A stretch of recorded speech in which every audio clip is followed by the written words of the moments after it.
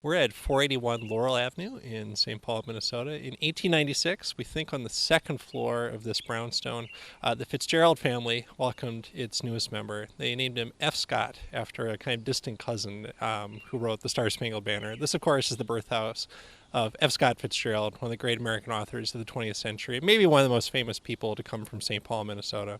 We're going to learn more about him on this episode as we talk about popular culture and history.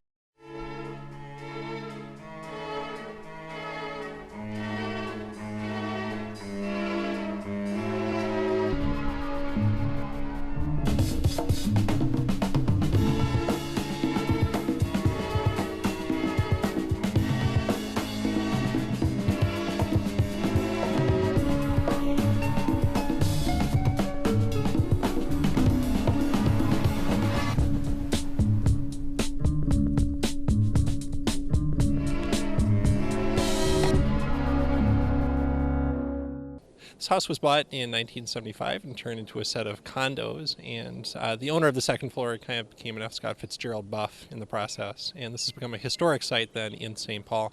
We were just talking to someone who lives downstairs, and they get buses of school children coming by in the spring.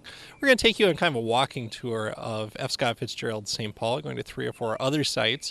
This one was actually a pretty small part of his life. His family moved when he was just 2 years old and moved out east to Buffalo, New York, and briefly Syracuse, New York, before coming back to St. Paul when he was a young boy. So we'll pick up the story there. Let's, though, start a conversation about history and popular culture as it shows up in everything from literature to film to maybe even video games.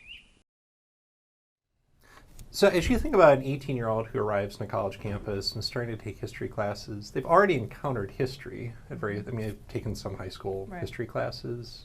Where else have they encountered history where they might not even think about it so much? You know, it wasn't in a textbook, it wasn't in 50 minutes in a classroom. In popular culture, museums, like where do you see history showing up in American culture outside of academic history? Well, I teach history of the American West, and so this is a class in which we quickly discover how much they've learned about the history of the American West, but maybe they've learned it a little wrong because most of what they've learned has been John Wayne. And I love John Wayne, and I love Stagecoach and millions of others of his films, but I think that's one place where we realize that, you know, there's this sort of idea that they have about the American West and its history that comes from these films that were romanticizing something that maybe had some rootedness in history, but is actually a pretty far cry from the reality of most people. And so a lot of what we have to do in that class then is talk about where does the myth in these movies come from, because there is some reason for why the myth exists, but then look at how the history is different from the myth and the ways in which maybe they should rethink their sort of view of the American West and maybe watch further, American West movies in particular more critically. I think I'm always of two minds about this. In one way, popular culture, it teaches us and it misteaches us. So I think about this with like a World War II class that I teach, where students come in, they've never fought. Once in a while I might get someone who's been in the military, but for the most part they haven't fought in a war. They certainly haven't fought in World War II, and yet they probably have some sense that I know what that was like, right? Because I've watched Band of Brothers or Saving Private Ryan, or I think we think of them as fairly naturalistic, or I've played Call of Duty and I've actually inhabited the role of someone in Karen Tan or something. Yeah. And part of what we're doing is unlearning some of the assumptions. And so that, it's kind of a useful, teachable moment. Right. At the same time, if I wanted to be more generous, charitable, I'd say, part of history is cultivating skills of imagination. Yeah. We've true. Got, I say it all the time to students, they probably heard an intro to history, we've got fragmentary evidence. We're not recovering all of it. We'll never know like this complete three-dimensional, full-color picture. And so partly we're filling in the space with our imagination. Maybe there are the ways that forms like film and TV and even video games help teach us some imaginative faculties. Is that, am I being too wishful thinking? In the American West class, they want to go and experience this place. And that's great. Like if it gets them out of, Minnesota and their own sort of comfort zone, that's great, and to explore it imaginatively is a starting point, at least. It becomes a gateway, which I think is useful and helpful. And so I think of the number of adults that I talk to, older adults in Sunday school contexts and things like that, who, they've come to sort of a love of history later in life. And it's interesting the number of stories where the thing that sparked their interest typically, as Anne Marie said, was fabricated, and then that leads them to, they're intrigued by whatever that film is or whatever that movie might be or that program on the History Channel. That brings them in. But then why I think that I can't be so dismissive of that is because once sort of learning the truth, if we will, once kind of studying more, being more self-reflective, being self-critical, certainly in the case of what Anne Marie teaches, they tend to not abandon it, though. Mm-hmm. They stay. So I think that it's still a really useful. I'm not particularly dismissive of things from popular history because I feel like they often become a gateway to get people to come in, and the interest remains. It's just that we have often a lot of clearing up to do and de-romanticizing. Right, and I would say this, that there's a lot of ways in which popular writers, they seem to have this quest to make the past more interesting by fictionalizing things. But in my experience of writing history, it's actually so weird and fantastic all by itself that I don't feel the need myself to fictionalize, because there's the saying, right, that truth is stranger than fiction, and that's often the case when I'm doing history. But I don't mind if people use the fiction as a way in. Yeah, no, but I think I agree with that the issue is not so much. I also don't like the fictionalizing. It's more, can your focus be on accessibility instead of fictionalizing? Right. So can you find a way to make more accessible? And I think that the students are really intrigued by sort of the obscure and the minute and the simple everyday types of things. Right. And I think that I know you and I both, and certainly Chris to you as well. I'm just speaking specifically to some of the courses that we teach. When you're doing women's history, when you're doing the history of minority groups, you have to sort of break out of the box, and you have to be able to look for the types of artifacts and other sorts of evidence that, to be able to find the stories that aren't sort of being told in that broader culture. Thank you. My name's Chris Jackson. I went to study abroad in fall of junior year in Brighton, England, in the UK, and I am a history and social studies education major. My name's Grant Johnson. I'm a double major in history and social studies. I'm a senior and I study abroad in Prague. I honestly just chose anywhere.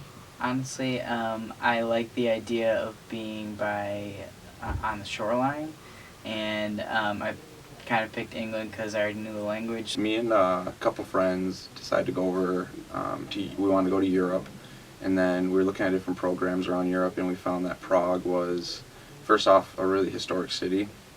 Never got bombed during World War II, or got one bomb during World War II. And then so it was like super historic. We looked it up and it was pretty cheap for the US dollar.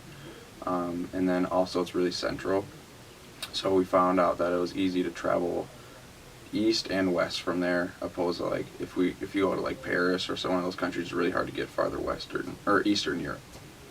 I didn't really know going into what I was about to learn.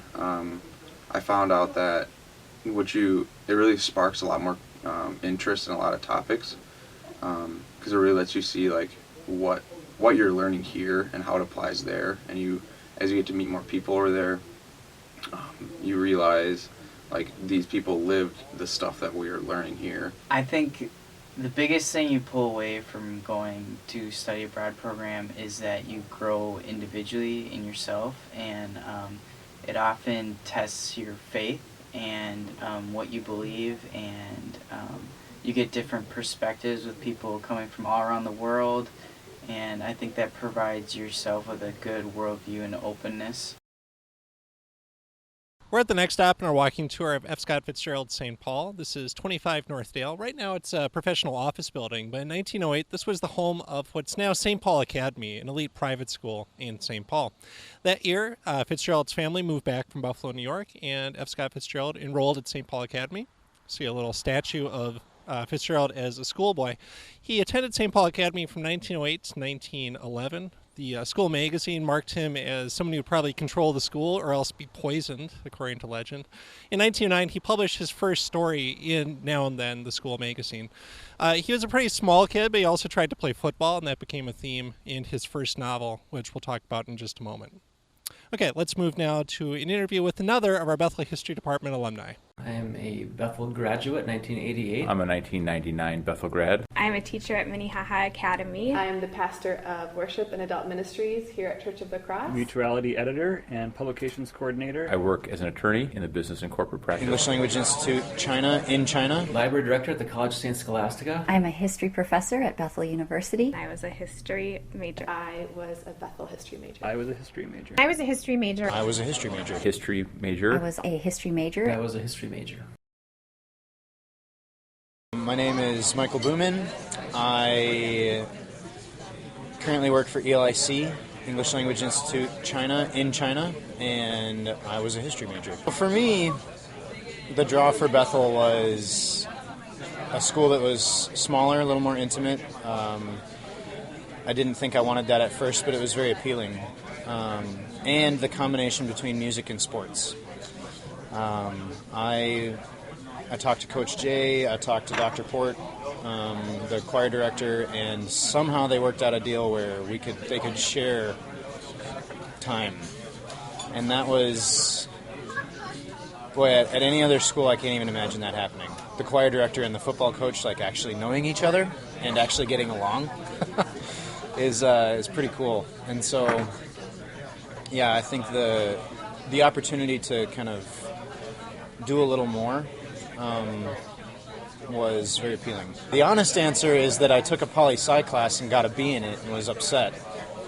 And I didn't, and so I was like, I don't want to do that. And I took a criminal justice class and I didn't like it. And so I kind of took a step back and said, what do I love to read about? And history was the very first thing that came to mind, and it was an easy switch. And I never looked back after that first semester. I think of a lot of things come to mind, but Ruben Rivera's class on Christianity in America was a highlight. And the simple fact that he and I were able to connect outside of the classroom as well. We ended up having lunch most Fridays for about a year and a half in my junior and senior year. And that was really critical for me, not only academically, but also personally in terms of growth. I read a lot of books and talked through a lot of things that I wouldn't have read about or talked through if I wouldn't have had that relationship. So my connection to the professors in the department, both during school and now since graduating, are probably the thing that really lasts in my mind the longest. China was the 1-year adventure that turned into a much longer adventure. When I was getting ready to graduate, I knew I wanted to teach, but I wasn't an education major, and so teaching overseas was a really healthy option. I was looking at a few different places, but China in the end became very clearly the best choice, and working with ELIC was great because a lot of support, working on teams, working in universities, which I wanted to do, and not high schools or middle schools. And so that's how I ended up there. Over the course of the years, I've done a lot of different things with ELIC, but now, starting my 8th year in country, I'm going to be the assistant city director in Changchun, a city in the northeast. So basically doing admin and team leading the team leaders of the 5 teaching teams we have in the city. So really investing in those team leaders and pushing them to grow in all walks of life, academically, spiritually, relationally, and yeah, it's something I'm really excited about. I'll teach on the side a little bit as well. So studying history in a small college in Minnesota, how does that prepare you for living in another culture?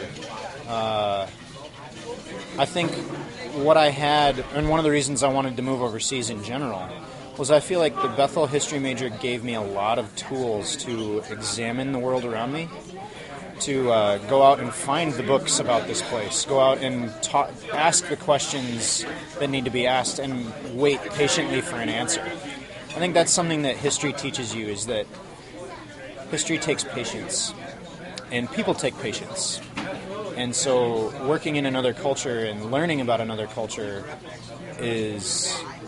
everything is new, everything is different, and you have to have tools to process that. And I think the Bethel History major gave me those tools, not only in terms of writing and communication with people back home, and being able to tell the story of China as I saw it, but also to begin to make sense of the world that I was living in now. It was a brand new kind of soup to swim in. So it was having those tools to analyze a culture and do that compassionately with a human touch, which all of those things I learned to do at Bethel has really allowed me to flourish. You think you know the answer, you don't. I think if I could tell my 18-year-old self, I think I would say, work harder, talk less, be patient, and keep examining what's in front of you, and something will come clear. It probably will not be the thing you thought. But yeah, I would say that being patient and learning how to listen, whether that's learning how to listen to a source as you're reading or writing, or learning how to listen to a person as they're telling a story, that's the greatest skill you can build.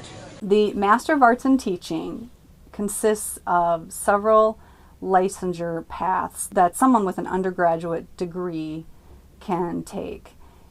What it does is it allows someone who might be interested in teaching grades 5-12 social studies the opportunity to earn a teaching licensure in that licensure area, as well as earn a master's degree. A grades 5-12 teaching license in social studies allows teachers to teach all sorts of subjects such as world history, U.S. history, geography, sociology, psychology, economics. It gives you the opportunity to combine your passion for history and social studies and political science and with love of teaching, and really give middle and high school students that spark of why we should care about history and civics.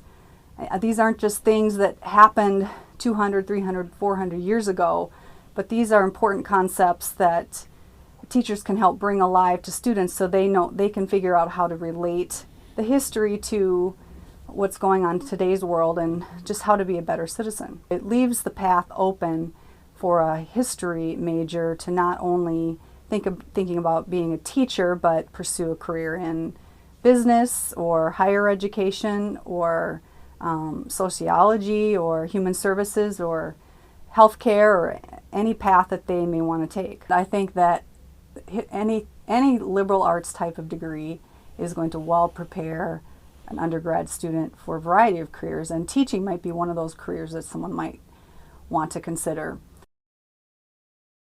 We're on one of the most famous streets in the country, certainly the most famous street in St. Paul. This is Summit Avenue.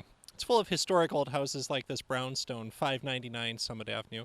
In 1918, this became the home of the Fitzgerald family, and it's where F. Scott Fitzgerald wrote what in his lifetime was his most popular novel, This Side of Paradise, his first novel. So the backstory in this. By 1915, Fitzgerald was studying at Princeton University out in New Jersey, but he was not a very good student. And in 1917, when World War I started, it was the perfect opportunity to skip his classes and join the Army. But according to the story, Fitzgerald had this idea that just in case he died in the war, he needed to write a novel. And so he frantically put together a novel, sent it off to the publisher. They didn't accept it, but the editor was encouraging enough that the next year, in that 1919, Fitzgerald spent some time revising it into This Side of Paradise. And he did that in this house at the family home. He said that it was a house below the average on a street above the average.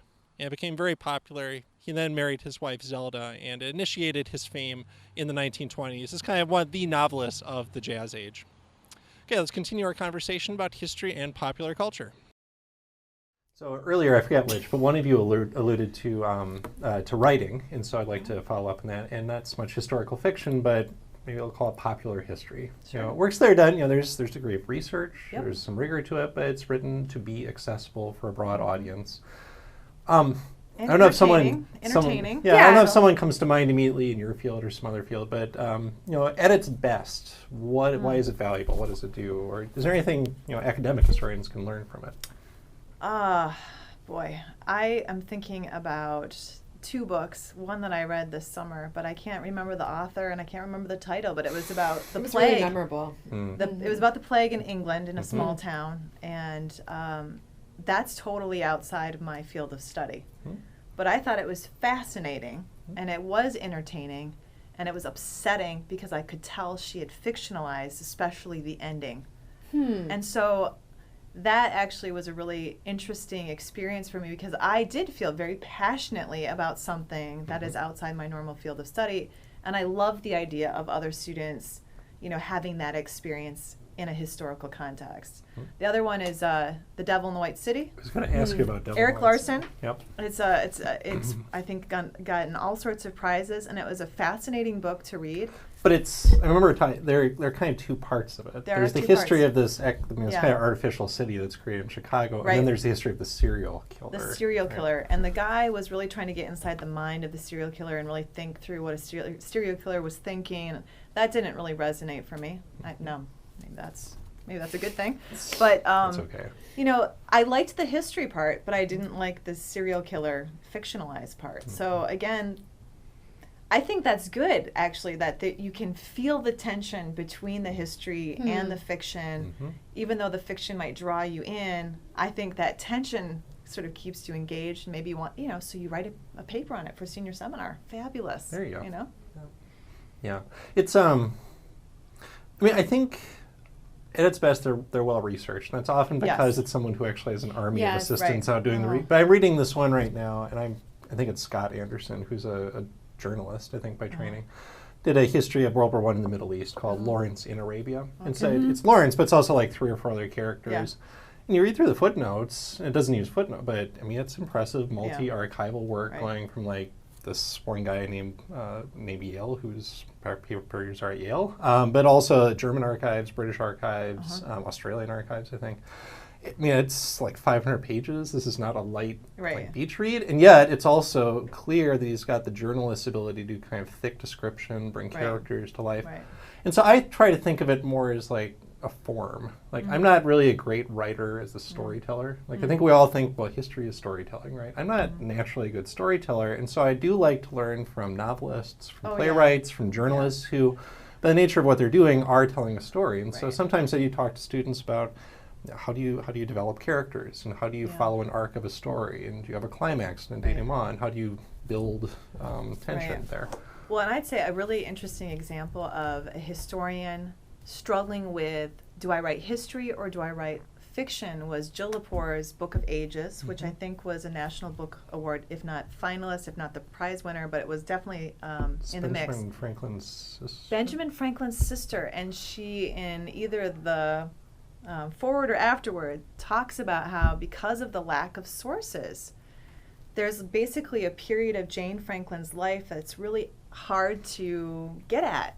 And so she was really tempted to just scrap the, historical project in favor of a novel. But she decided to end up writing this history. But because she's really well established and a fantastic historian, it's actually like the book, she's talking with the sources as she's telling the story historically. And that was, to me, like a fabulous read, because you could hear her saying, okay, there's an absence here. And from what I've read about her later life, this is how I could, imagine how she would have reacted in this. But it's very straightforward in terms of... It's acknowledging. Right. I don't have, sources here, but here's how I'm extrapolating, her life in this period. And I thought that was a fascinating book.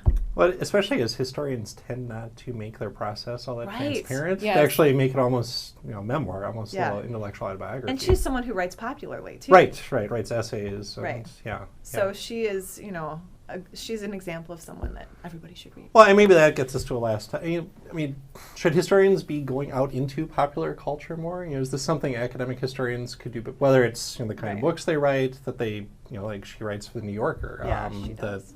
Some of us blog. I mean, there are other ways to do this. Some of us speak in different venues. Yeah. I mean, your sense of the academy, are academic historians doing this enough, too little, too much? Have you done this? Have you straddled those two worlds in your own life? I don't think I have, but I appreciate it when other people do.